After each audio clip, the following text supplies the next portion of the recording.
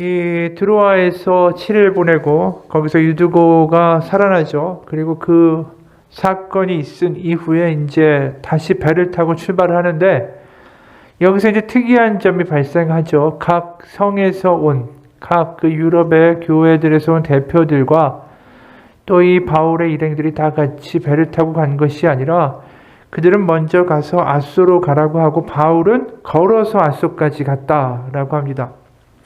그게 13절이에요. 우리는 앞서 배를 타고 아소에서 바울을 태우려고 그리로 가니 이는 바울이 걸어서 가고자 하여 그렇게 정하여 준 것이라.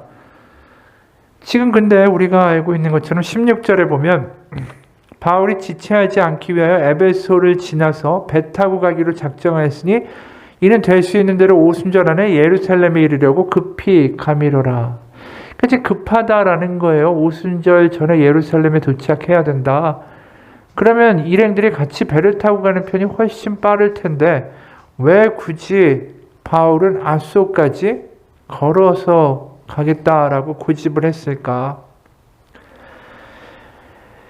이렇게 홀로 가는 길이 이 선교 여행에서는 거의 없었어요. 하다못해 신라나 뭐 디모데 아니면 누가 이런 사람들이 이제 같이 보좌를 하고 동행을 해서 가는 것이 주로였고 그 2차 선교 여행 때 사실은 빌립보, 데살로니가, 베레아 이렇게 가면서 이제 유대인들에게 쫓겨서 야반에 도주를 하고 베레아에서마저 쫓아오니까 에덴, 아테네 거기에 갈 때 이제 홀로 간 적이 있었지만 이렇게 혼자 가겠다고 결단하여 혼자 길을 간 것은 굉장히 드문 일이에요.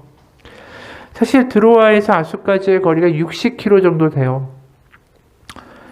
이 바울이 나이가 이제 이미 있죠. 그러다 보니까 아무리 빨리 걸어도 이틀은 걸릴 거리였고 그럼 이제 하루를 자야 되고 뭐 또 2박 3일이 되면 또 이틀 자야 되고 이런 일들이 있는 거죠. 뭐 여관이 있다고 하지만 그게 뭐 도중 길에 잘 완비되어 있는 것도 아니고 가다가 강도를 당하면 어떡합니까? 바울이 뭐 그 당시에 이렇게 건강하고 젊은 사람도 아닌데 그러니까 이게 지금 모든 게 이해가 안 가는 거예요. 오순절까지 빨리 예루살렘 가야 되는데 일행들은 보내놓고 자기는 길을 그 먼 길을 걸어서 간다. 그게 뭐 순탄한 길도 아니고 어떤 일을 당할지도 모르는 그 길을 왜 그랬을까 하는 거죠. 사실 그거에 대한 답은 오늘 읽은 에베소 장로들을 밀레도에서 만나가지고 하는 이야기 안에 들어있습니다. 그게 오늘 보면 23절 그리고 24절이에요. 22절부터 보겠습니다. 22절 보라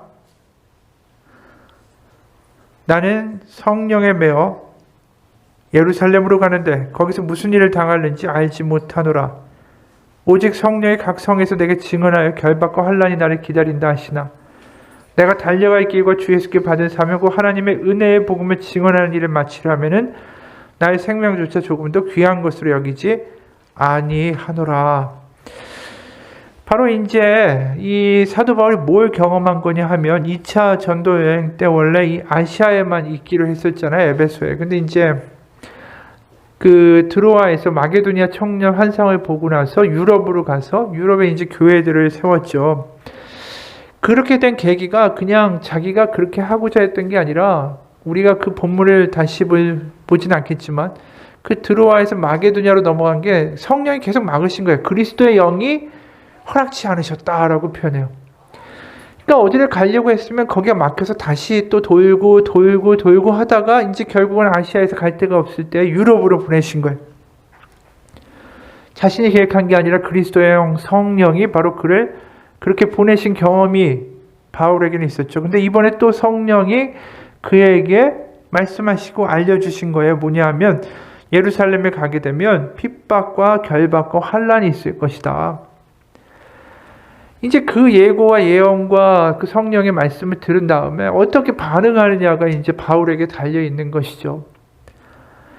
그러니까 바울이 전에도 얘기했지만 이제 드로아에서 이제 같이 출발하기 전에 그 고린도에서 이게 좀 복잡하긴 하지만 고린도에서 원래 갱그리아라는 외항에서 배를 타고 드로아로 바로 가기로 했었는데 그때 우리가 저번 시간에 본 것처럼 유대인들이 바울을 죽이려고 배에서 그걸 다 계획한 걸 알고 바로 이제 그 배를 타고 그냥 건너서 아시아로 간 게 아니라 북상을 했잖아요.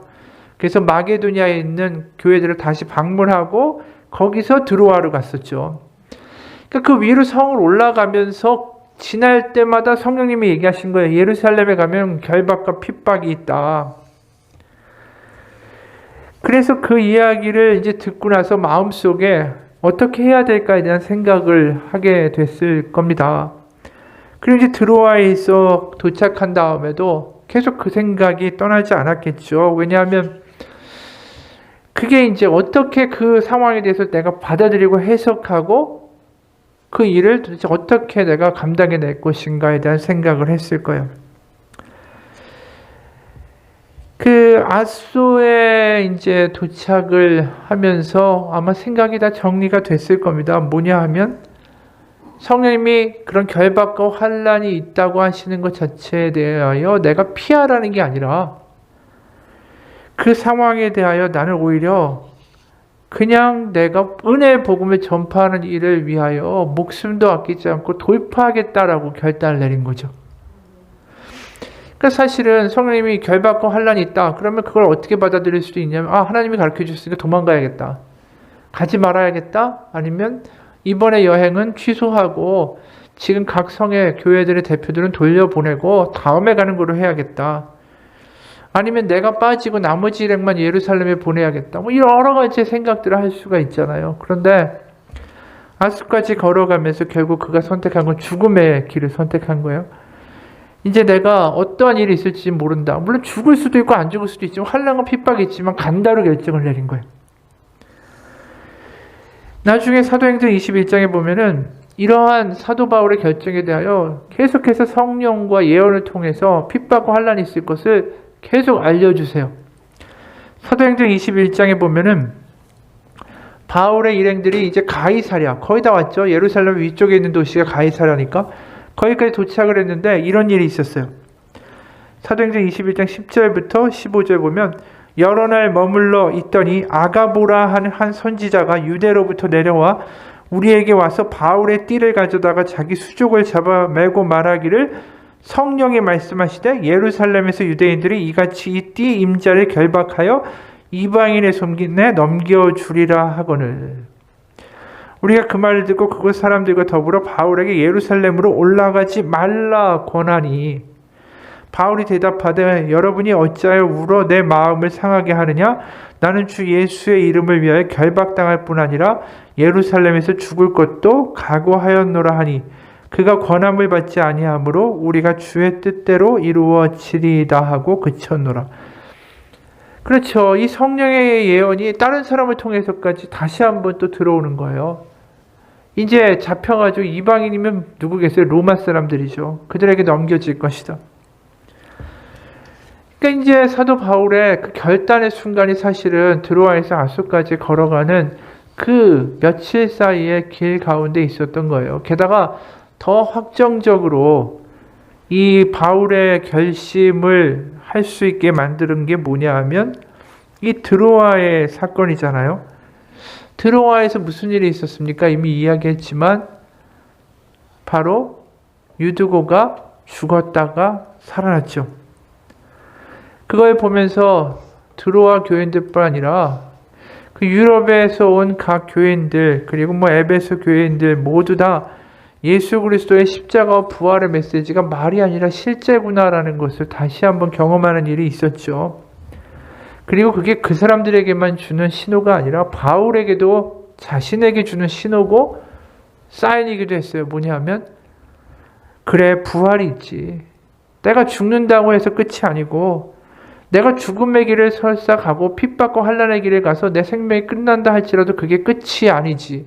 다시 한번 유드고의 부활을 보면서 확신하는 계기가 될 수 있었다라는 것이죠. 그렇기 때문에 24절에 오늘 그 얘기를 밀레도에서 다시 할 수밖에 없는 거예요. 하나님의 은혜의 복음을 증언하는 일을 마치려 하면 나의 생명조차 조금도 귀한 것으로 여기지 않는다. 은혜의 복음의 내용이 뭐예요? 결국 부활이에요. 부활. 이 땅의 끝이 아니라 바로 우리에겐 부활이 있고 바로 예수 그리스도의 부활에 참여하는 우리는 하나님의 자녀로 바로 하나님의 나라에 영원히 살게 되리라는 분명한 그 복음을 다시 한번 자기 가운데 확신하고 다짐하고, 그리고 더 나아가서 그 부활의 복음을 자기가 직접 보여주리라고 생각하게 된 거죠. 왜냐하면 자신이 여태까지 전파한 게 뭐예요? 예수 그리스도의 부활과 십자가와 죄사함에 대한 이야기잖아요. 그런데 자신이 죽는다, 위협당한다, 그걸 알고 만약에 가지 않는다 그러면 죽음을 두려워하는 사람밖에 더 되겠어요. 부활을 믿는다면 죽음과 환난이 두렵지 않다라는 걸 자기가 직접 설교한 대로 보여주는 것이죠. 그러니까 바울이 지금 하는 이 행동들은 그 복음을 그대로 보여주는 거예요. 왜? 이것이 끝이 아닙니다. 설사 이 땅에서 당신들과 내가 마지막으로 보고 이별한다 할지라도 이것이 끝이 아니라 우린 부활할 것입니다. 그렇기 때문에 난 이 길을 갑니다. 이 길을 통하여 하나님이 어떠한 일을 행하실지 알 수 없습니다. 갈 것입니다. 자신이 설교한 그대로 살아내고 있는 거죠. 그리고 그 결단과 생각의 정리의 시간들이 바로 앗소까지 걸어가는 혼자의 시간이었을 거예요. 맞아요. 우리가 세상에서 여러 가지 생각들이 들기도 하고요. 믿음이 흔들거리기도 하지만 우리가 결국 어떤 위기와 어려움과 때로는 죽음과 병이나 여러 환난들을 만나게 되면 결국 거기서 다시 한번 우리는 예수 그리스도의 복음이 무엇인가 생각해야만 해요. 예를 들어서 우리가 아주 어려운 병에 걸렸다고 생각하면 그때는 다른 게 소용이 없어요. 과연 이 어려움과 이 환난과 이 어떻게 보면 낭떠러지 같은 때에 서 있는 나, 혼자 서 있는 이 나를 과연 받쳐주고 나를 인도해 주실 분이 누군가, 바로 예수님밖에 없다라는 분명한 믿음이 없이는 살 수가 없다라는 거죠. 혼자 가보면서 바울은 다시 한번 다짐하는 거예요. 맞아, 부활이다. 예수님밖에 없다. 그리고 이제 갔더니 밀레도까지 이제 가게 되죠. 에베소에는 들리지 않아요. 왜냐하면 에베소를 떠난 지가 한 1년 정도 된 시기였어요. 근데 에베소에서 우리가 알잖아요. 데메드리오 사건도 있었고, 그리고 이제 거기에 가게 되면 성도들이 바울이 이제 난 예루살렘 가서 핍박과 환난을 당할 것이지만 가겠다고 하면 그 에베소 성도들이 보내겠어요. 거기서 또 가지 말라고 만류하고 여러 가지의 사정들이 있었겠죠. 게다가 또 빨리 가야 되는데 왜? 오순절까지. 예루살렘에 오순절까지 가야 되는 이유는 뭐냐면 지금 가뭄이 들어가지고 먹을 게 없는 예루살렘 교회에 오순절이라는 명절 가운데 아무것도 없이 그렇게 힘들고 쓸쓸하게 있을 형제들을 생각하니까 어떻게든 오순절에 가서 하나님의 이 열매들, 바로 이 이방인 형제들이 정말 가져오는 나누는 사랑의 그 구제를 받으면서 기뻐하는 그 형제들 예루살렘의 모습들을 생각하니까 지금 빨리 가야 되겠는 거예요. 그러니까 에베소에 들리지 못하고 그냥 3년이나 있던 에베소고 정든 사람들이 많지만 밀레도에 가서 장로들을 불러와요.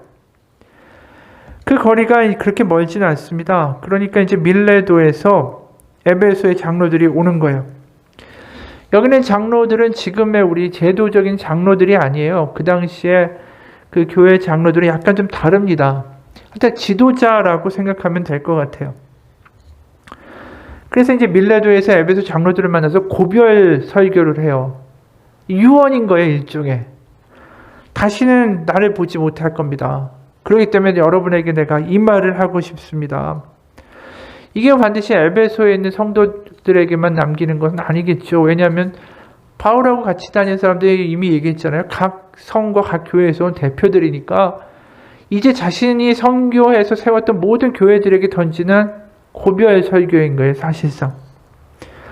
그러면서 그 시작이 뭐냐 하면 18절에 오매 그들에게 말하되 아시아에 들어온 첫날부터 지금까지 내가 항상 여러분 가운데서 어떻게 행하였는지를 여러분도 아는 바니 곧 모든 겸손과 눈물이며 유대인의 관계로 말미암아 당한 시험을 참고 주를 섬긴 것과, 그러니까 이 에베소에서 3년 동안 많은 고난을 겪었고 유대인들이 얼마나 핍박을 했는지도 다 여러분 알지 않습니까? 그럴 때 내가 참고 눈물로 끝까지 버티면서 복음을 붙들고 전했던 거 여러분 다 알고 있지 않습니까? 그러면서 20절로 유익한 것은 무엇이든지 공중 앞에서나 각 집에서나 거리낌 없이 여러분에게 전하고 가르치고 유대인과 헬라인들에게 하나님에 대한 회개와 우리 주 예수 그리스도께 대한 믿음을 증언한 것이라.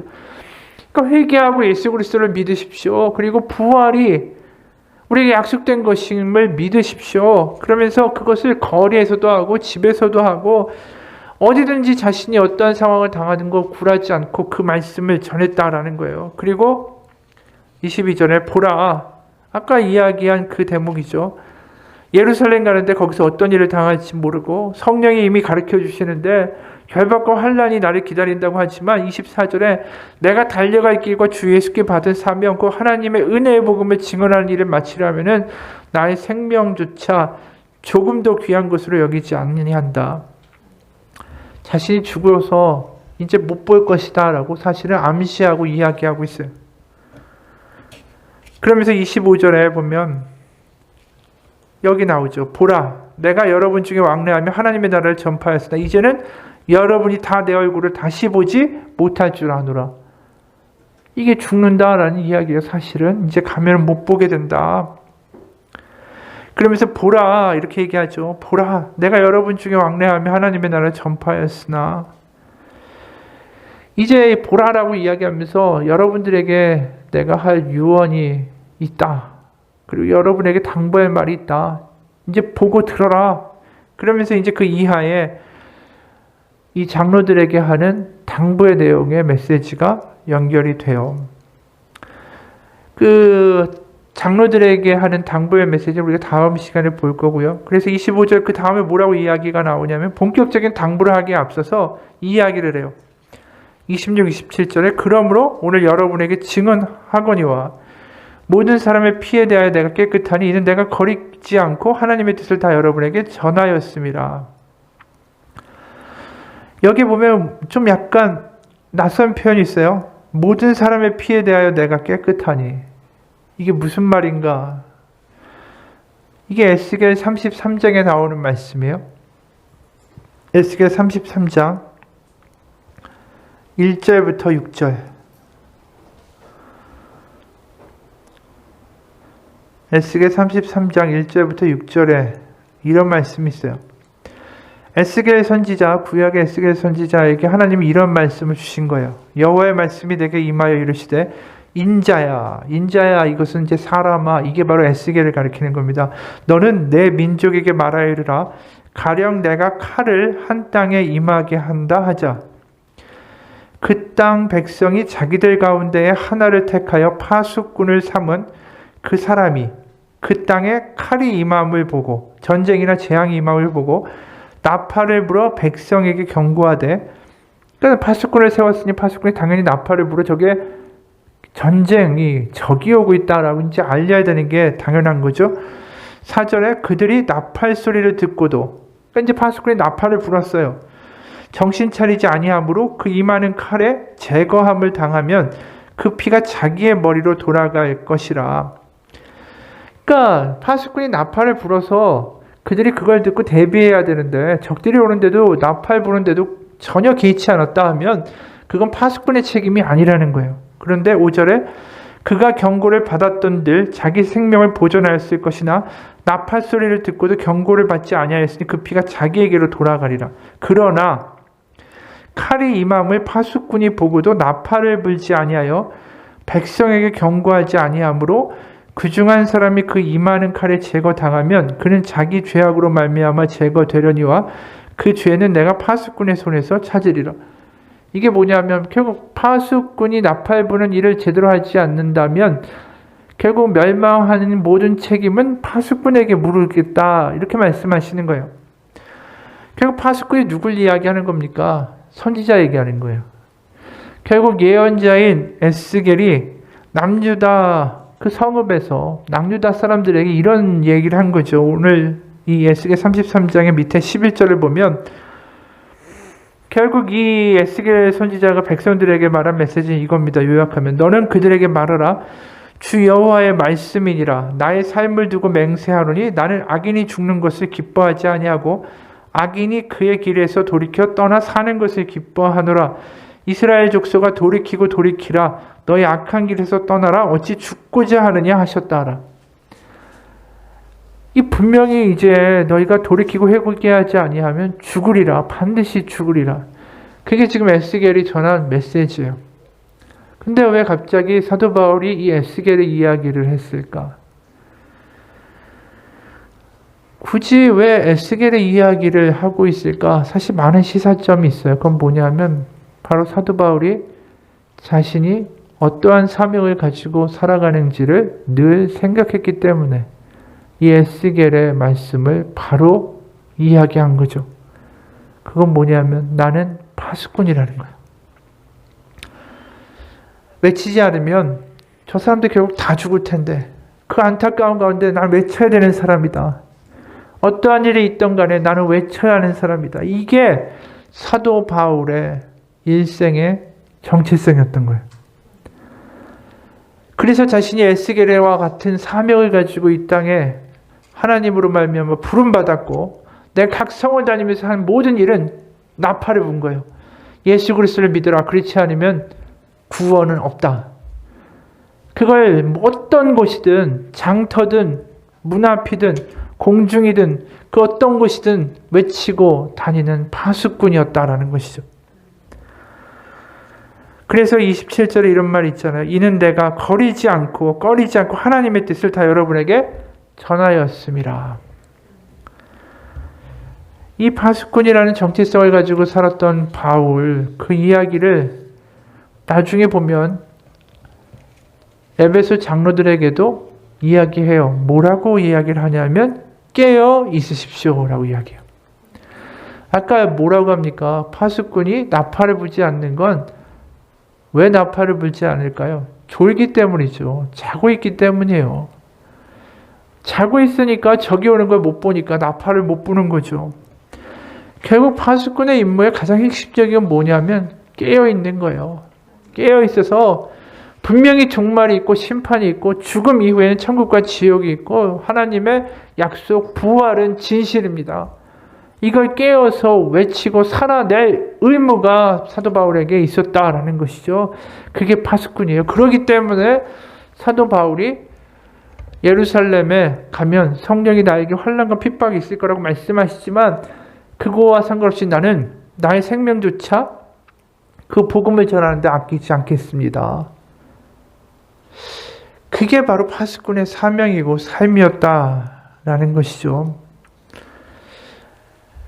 이 깨어있다라는 것만큼 사실 중요한 게 없어요. 우리가 신앙생활을 하면서 어느덧 예수 그리스도의 복음, 우리가 예수 그리스도 아니면 구원을 받지 못하고 천국과 지옥이 있고 우리가 죽은 다음에 반드시 부활이 있다라는 이 아주 분명하고도 강력한 메시지가 우리 가운데 완전히 믿어지지 않고 어느 순간 그냥 세상 가운데 하루하루 묻혀 살기 시작하면 무너지는 것은 순식간이라는 거죠. 우리가 살아가는 이 세상이 끝이 아니다. 하나님 살아계시고 다 알고 계시고 다 보고 계시다. 그게 믿어진다면 우리의 삶은 분명히 달라질 수밖에 없죠.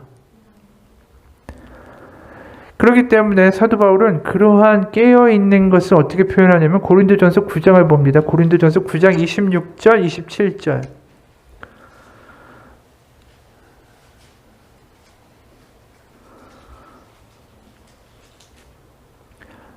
고린도전서 9장 26절 27절 그러므로 나는 다름질하기를 향방 없는 것 같이 아니하고 싸우기를 허공에 치는 것 같이 아니하며 내가 내 몸을 쳐 복종하게 함은 내가 남에게 전파한 후에 자신이 도리어 버림을 당할까 두려워함이로다. 사실 이 구절은 굉장히 충격적이에요. 사도 바울이 내가 버림을 당할까 두려워한다. 그러면 우리 구원받을 사람이 어디 있겠어요? 사도 바울이 이런 얘기를 하면. 굉장히 충격적인 이야기를 한 거예요. 근데 이 표현이 뭐냐면 사도 바울이 이미 이야기한 것처럼 우리가 그 유럽에 많은 교회들을 세웠잖아요. 그리고 많은 열매들이 있었고 그리고 자신이 가면 눈이라도 빼어줄 것 같이 그를 따르고 섬기고 그의 말씀을 듣기 위하여 밤새서 설교를 듣고 강론을 듣고 그런 사람들이 많이 생겼잖아요. 그렇게 되면서 자신이 어떠한 사람이 변질이 될까? 예를 들어서 어느 순간 자신이 하나님 가운데 이 모든 게 하나님이 하신 것이고 분명히 자신은 능력이 없는 자나 하나님이 자신을 붙들어서 이 일을 하셨다라는 것을 잊기 시작하면서 어느 순간 자신이 뭔가 한 것 같이 돼버릴까 봐 그게 두려운 거예요. 그래서 내가 남에게 다 전파해놓고 내가 버림을 당할까 두려워한다. 이건 뭐냐면 내가 나 모르는 사이에 교만해지고 내가 나도 모르는 사이에 깨어있지 못하고 어느 순간 내가 나의 모습을 제대로 보지 못하고 내가 뭔가 된 것처럼 교만해지는 잠든 사람이 되어버릴까. 그래서 어느 순간 그냥 안주해버리고 예수 그리스도의 부활과 심판과 그 이야기보다 그냥 좋은 게 좋은 거고 그냥 그곳에 머물러 있는 사람이 될까 봐 그게 두렵다라는 거예요. 그러니까 그 말대로 사실은 사도 바울이 깨어있지 않으면 지금 그 환난과 핍박이 있다고 하나 나는 부활을 믿기에 돌진해 나갈 것입니다. 이 깨어있는 사람이 할 수 있는 이야기예요. 빌립보서 3장 13절 14절 여기에도 이렇게 표현해요. 이것도 굉장히 유명한 구절이죠. 형제들아 나는 아직 내가 잡은 줄로 여기지 아니하고 오직 한 일, 즉 뒤에 있는 것은 잊어버리고 앞에 있는 것을 잡으려고 표대를 향하여 그리스도 예수 안에서 하나님이 위에서 부르신 부름의 상을 위하여 달려가도록. 이 구절을 보면 우리가 앞을 향하여 달려간다, 표대, 뭐 이런 것들을 되게 중요하게 보는데 사실 여기서 굉장히 중요한 부분은 그게 아니라 이거예요. 오직 한 일, 뒤에 있는 것은 잊어버리고. 이게 더 중요한 거예요, 사실은. 자신이 여태까지 이뤘고 자신이 하나님을 위해서 많은 일을 했고 자신이 그렇게 핍박받았지만 갔고 교회를 세웠고 뭘 했고 뭘 이루었다라는 것을 잊어버리는 게 더 놀라운 거예요, 사실은. 그게 우리가 안 되잖아요. 내가 교회에 얼마큼 헌금을 했고 내가 얼마큼 하나님 헌신했고 내가 하나님께 해드린 게 지금까지 얼마입니까? 하나님 어떻게 이럴 수 있습니까? 인간의 본성이 다 그렇게 된단 말이죠. 그런데 그걸 잊어버린대요. 그걸 생각하지 않고 내가 해야 할 일, 그리고 결국 하나님, 내가 그 앞에 심판대에 섰을 때 하나님 앞에 내가 할 수 있는 이야기가 무엇일까? 내가 지금까지 해온 것에 안주하고 그냥 거기에 빠져버리고 그러면서 내가 뭔가 되고 한 것처럼 하나님 앞에 그냥 당당하게 마치 바리새인들처럼 내가 이렇게 했으니 하나님 어떤 대가를 달라고 이야기하는 그런 사람들처럼 되어버릴까 두려운 거예요, 사도 바울. 그거 지워버리고 난 이제 오로지 내가 믿는 복음 그 자체를 위하여 달려갑니다. 그게 바로 지금 사도 바울이 청지기로 그리고 파수꾼으로 깨어있는 사람의 모습이라는 거예요. 그냥 과거를 잊어버리는 거죠. 내가 한 것 잊어버리고 앞으로 가는 길, 내가 끝까지 예수 그리스도의 복음을 흔들리지 않고 잘 믿고 내가 끝날까지 가리라. 그 이야기입니다.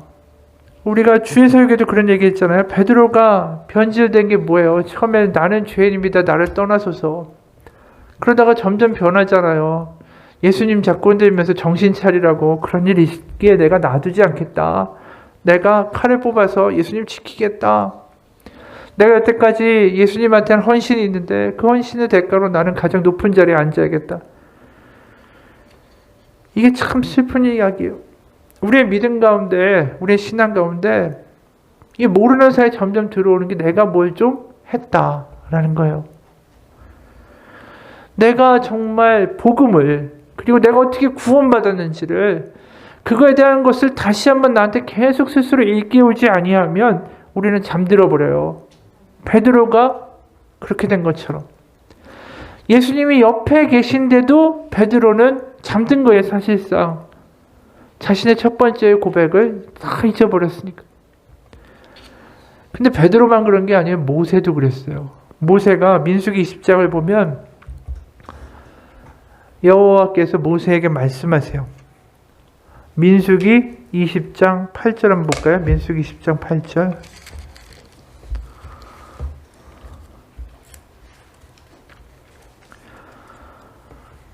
민수기 20장 8절 보면 이렇게 말을 합니다. 지팡이를 가지고 내 형 아론과 함께 회중을 모으고 그들의 목전에서 너희는 반석에게 명령하여 물을 내라 하라. 내가 그 반석이 물을 내게 하여 회중과 그들의 짐승에게 마시게 할지니라.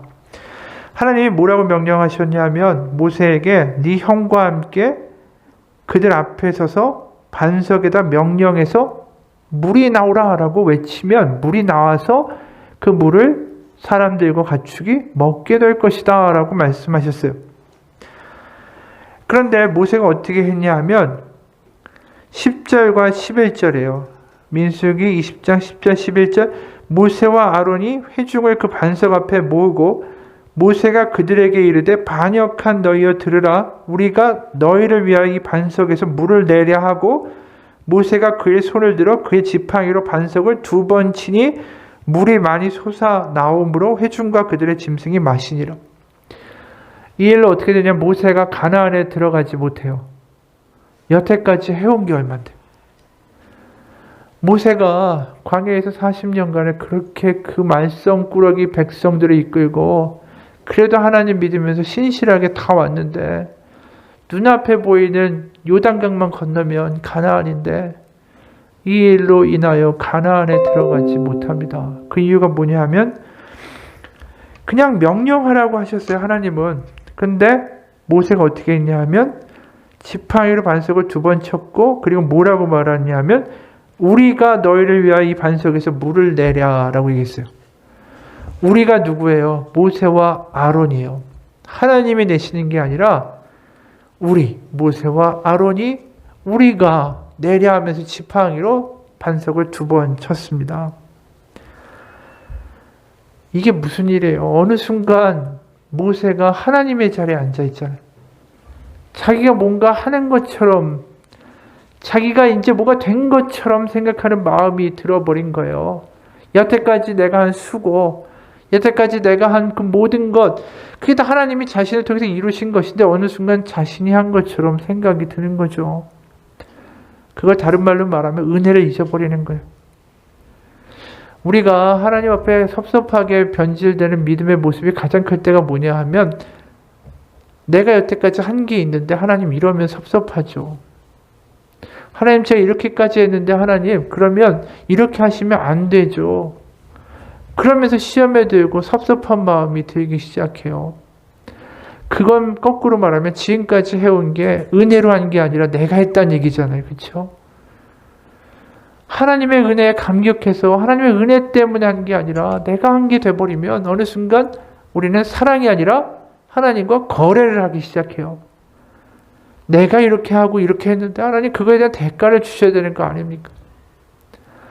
그게 아니라 그 과거의 모든 것들이 하나님이 하시고 하나님의 은혜였고 애초에 내가 하나님을 알지 못했으면 그 일을 하지도 않았고 못했을 텐데 하나님의 은혜를 은혜되게 만드는 게 아니라 하나님의 은혜를 마치 내가 한 걸로 만들어버려서 거래를 시도하는 일들을 하게 된다는 거죠. 모세가 한 게 어디 있어요? 다 하나님이 하셨지. 홍해를 모세가 갈랐나요? 모세가 어떻게 홍해를 갈라요? 10가지 재앙을 모세가 할 수 있습니까? 못하죠. 다 하나님이 하신 거예요. 우리는 하나님이 아니에요. 하나님이 하나님 되시게 하는 거 그게 얼마나 중요한지 몰라요. 어느 순간 우리가 하나님이 되시게 하는 일을 실패하고 있을 때가 너무나도 많습니다. 깨어있다라는 건 다른 게 아니에요. 우리가 한 모든 것들, 내가 지금 살아가는 이 모든 것들 다 하나님 은혜입니다. 은혜라는 것으로 모든 것을 고백하는 순간 우리는 거래를 할 수 없게 돼요. 거래하는 게 아니라 하나님의 자비와 하나님의 사랑을 구걸하는 하나님의 자녀가 되는 거지. 근데 이 모든 것이 하나님의 은혜다라는 고백이 어느 순간 내 입에서 사라지면 우리는 하나님과 줄다리기를 하는 거래를 하는 사람으로 변질된다라는 거죠. 우리가 지금 베드로도 그렇고 모세도 그렇고 사실은 그 모습들을 보면서 가장 경계하고 있는 게 바울이에요. 나는 그렇게 되지 않겠다라는 거죠. 우리가 하나님을 믿으면서 우리가 하나님의 수준을 어떻게 알겠어요? 지금 사도 바울은 깨어있고 모든 게 은혜고 내가 한 게 아니고 앞으로 하실 것도 하나님이시고 그러다 보니까 어떻게 얘기합니까? 내가 가서 잡히고 어떻게 되든 간에 그 다음에 하나님이 하나님의 일을 하시겠지요. 내가 결박과 핍박을 당한다 하더라도 그 다음에 하나님이 다 하실 일을 하나님이 다 알고 계실 겁니다. 그리고 그러다가 내가 결국 죽는다 하더라도 부활할 것이고 나의 죽음을 통해 하나님 또 다른 일을 이루시겠죠. 모든 게 은혜입니다. 이렇게 이야기하면서 가고 있는 거예요.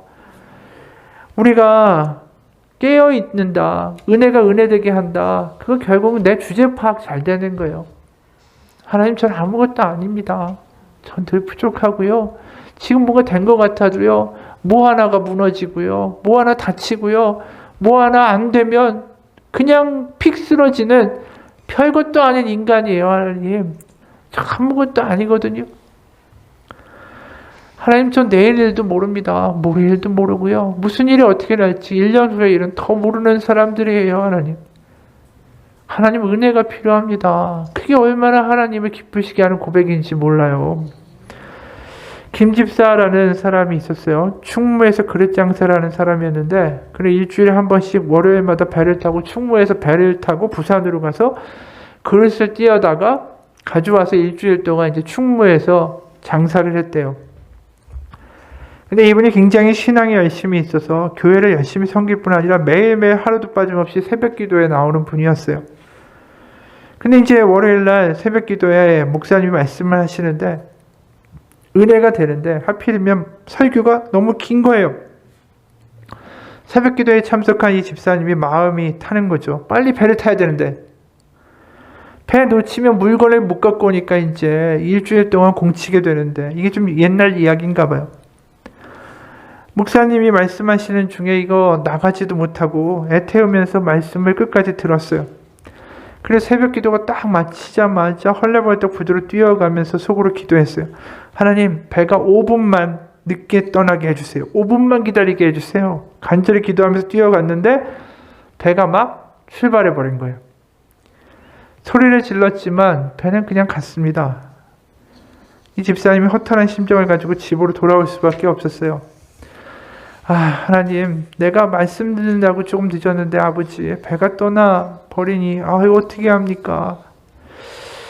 원망은 아니지만 속이 상했대요. 그래서 이번 주간은 공치게 됐구나 라면서 집으로 돌아왔는데 집에 돌아오니까 라디오에서 뉴스가 나오는데 배 사고가 났다라는 거예요. 새벽에 경남 충무에서 출발한 창경호라는 배가 다대포 앞바다에서 갑작스러운 돌풍으로 배가 침몰돼서 선장을 포함해서 240명 전원이 행방불명됐다라는 뉴스가 나온 거예요. 자기가 타야 되는 배가 그 배였는데. 그러니까 똑같이 배를 놓쳤는데 그 순간 너무 감사한 거예요. 좀 전에 뭐라고 했죠? 하나님, 이거 어떻게 합니까? 배 떠나서 이제 어떻게 합니까? 일주일 동안 어떻게 하냐고 원망하는 마음이 들었다가 그게 순식간에 감사하는 마음으로 바뀌었어요. 우리가 앞으로 무슨 일이 일어날지 어떻게 알겠어요? 내일도 모르고 모레일도 모르고 아무것도 몰라요. 우리가 하나님을 정말 믿는데 모든 게 은혜 가운데 하지 않으면 또 은혜 가운데 받아들이며 감사할 줄 모르면 하나님이 하실 일을 맛볼 수 없습니다. 우리 눈앞에 보이는 게 다가 아니잖아요. 눈앞에 보이는 게 다 같지만 그게 결코 아니죠. 너무 좋아가지고 막 쫓아가다 보면 어느 순간 그게 헛짓이었다라는 거 나중에 알 때가 얼마나 많아요. 다 의미 없는 짓이었는데. 사람 쫓아가다가 사람 비위 맞추다가 나중에 보면은 댕코 당하고 내가 왜 그랬을까 후회도 되고. 우리가 하나님 가운데 깨어있기 원해요. 다른 게 아니라 은혜 되게 만들 수 있는 사람, 그런 사람이 복된 사람입니다. 지금까지 온 것도 은혜고 하나님 앞으로 갈 것도 은혜고 제가 뭘 했다고 하지만 그거 하나님 은혜 아니면 아무것도 할 수 없는 거고 지나간 건 잊어버리고 앞으로의 날들은 하나님의 은혜 가운데 나의 삶을 마칠 수 있도록 하루하루 달려가며 믿음 가운데 경주해 가는 거, 그게 내가 해야 할 일이고 그게 바울이 한 일이에요. 결국 그런 사람을 통해 하나님은 하나님의 일을 이루실 거예요. 왜? 눈앞에 볼 때 아닌 것 같아도 은혜입니다 하고 가면 하나님이 그 길을 놀라운 시온의 대로로 만드실 텐데, 그거를 참고 갈 수 있는 사람만이 그 결과를 볼 거예요. 그 당시에 내 눈에 보기에 아니다 그러고 딴 데로 가버리면 하나님이 어떻게 그 사람을 가지고 더 큰 일을 이루시겠어요? 우리가 눈앞에 보이는 것에 일일비하지 않고 하나님의 은혜 가운데 머물러 살아가는 우리의 삶이 되기를 주님의 이름으로 축원합니다. 기도하겠습니다. 하나님 아버지, 순간순간 우리는 판단하고 계산하고 그렇게 살아가는 삶에 너무나도 익숙합니다. 하지만 지금까지 온 것도 하나님의 은혜였습니다. 제가 계획해서 이 자리까지 온 것도 아니고, 또 이 자리에 이렇게 예배하고 수요일날 아버지 앞에 나와 있는 것도 다 은혜입니다. 제가 무엇을 하고 제가 하나님께 무엇을 드렸고 어떻게 섬겼고 그거 다 잊어버리고 그저 하나님의 은혜가 갈급한 그 갈급한 마음으로 아버지 앞에 나가길 원합니다. 내 안에 은혜 아니면 안 되고 앞으로 살 것도 하나님의 은혜 아니면 안 된 것을 다시 한번 고백하며 은혜 가운데 감사하고 은혜로서 하루를 살아갈 수 있는, 다시 믿음이 회복되는 우리가 되게 도와주옵소서. 살아계신 우리 주 예수 그리스도 이름 받들어 기도합니다. 아멘. 우리 다 같이 기도합시다.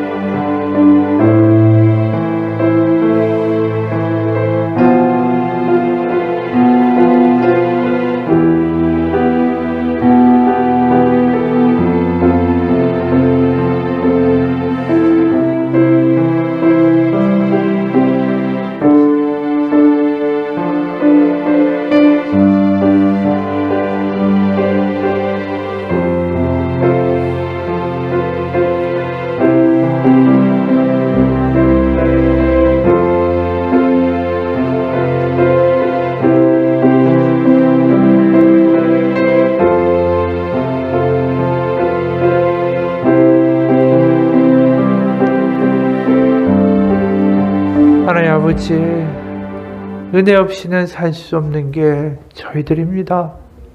지금까지 살아온 것도 하나님의 은혜였고 앞으로 살아갈 것도 하나님의 은혜 없이는 안 됩니다. 하나님의 은혜를 믿기 때문에, 우리 인도하시는 것을 믿기 때문에 감사할 수 있고, 하나님의 은혜를 베푸시기 원하시는 분인 것을 알기에 우리가 용기 내어 살아갈 수 있습니다. 은혜 안에 거하는 우리가 되기 원합니다. 어떠한 상황이 있다 할지라도 그 상황 안에 갇혀 사는 사람이 아니라 은혜 가운데 살아가는 사람 되기 원합니다. 때로는 막힌 문이다 할지라도 또 다른 문을 여셔서 하나님의 선한 길로 인도하시 하나님을 믿기에 그 은혜 가운데 살아가노라라고 말할 수 있는 우리의 믿음을 하나님 가지게 하여 주옵소서. 지금까지 우리가 살아온 모든 것들은 하나님의 은혜입니다. 은혜였기 때문에 했고 은혜였기 때문에 지금까지 왔습니다. 우리됨, 나의 나됨은 모두 주님의 은혜입니다. 앞으로 살아갈 우리의 앞날들을 하나님 불평이나 비교나 걱정이나 질투나 염려나 두려움에 팔아먹는 짓 하지 않게 하시고 앞으로의 삶을 정말 주님의 은혜 안에 살아가기 위하여 주님의 옷자락을 붙들고 나아가는 우리의 삶이 되게 도와주옵소서. 은혜 안에 거하기 원하여 매일 기도하고 은혜 안에 거하기 위하여 발버둥 치고 우리의 조그마한 그러한 믿음의 시도에도 하나님은 너무나도 큰 은혜와 위로를 베푸시는 아버지심을 믿습니다. 구하면 주실 것입니다. 찾고 두들기면 하나님의 은혜는 반드시 주어질 것입니다. 그렇게 하나님의 은혜를 구하며 갈급한 자녀로 아빠를 바라보며 달려가는 이 자녀들 위해 하나님의 은혜, 하나님의 성령, 하나님의 임재하심이 날로 더 강력하게 경험되는 삶이 되게 도와 주옵소서. 살아계신 우리 주 예수 그리스도의 이름 받들어 기도합니다. 아멘. 하늘에 계신 우리 아버지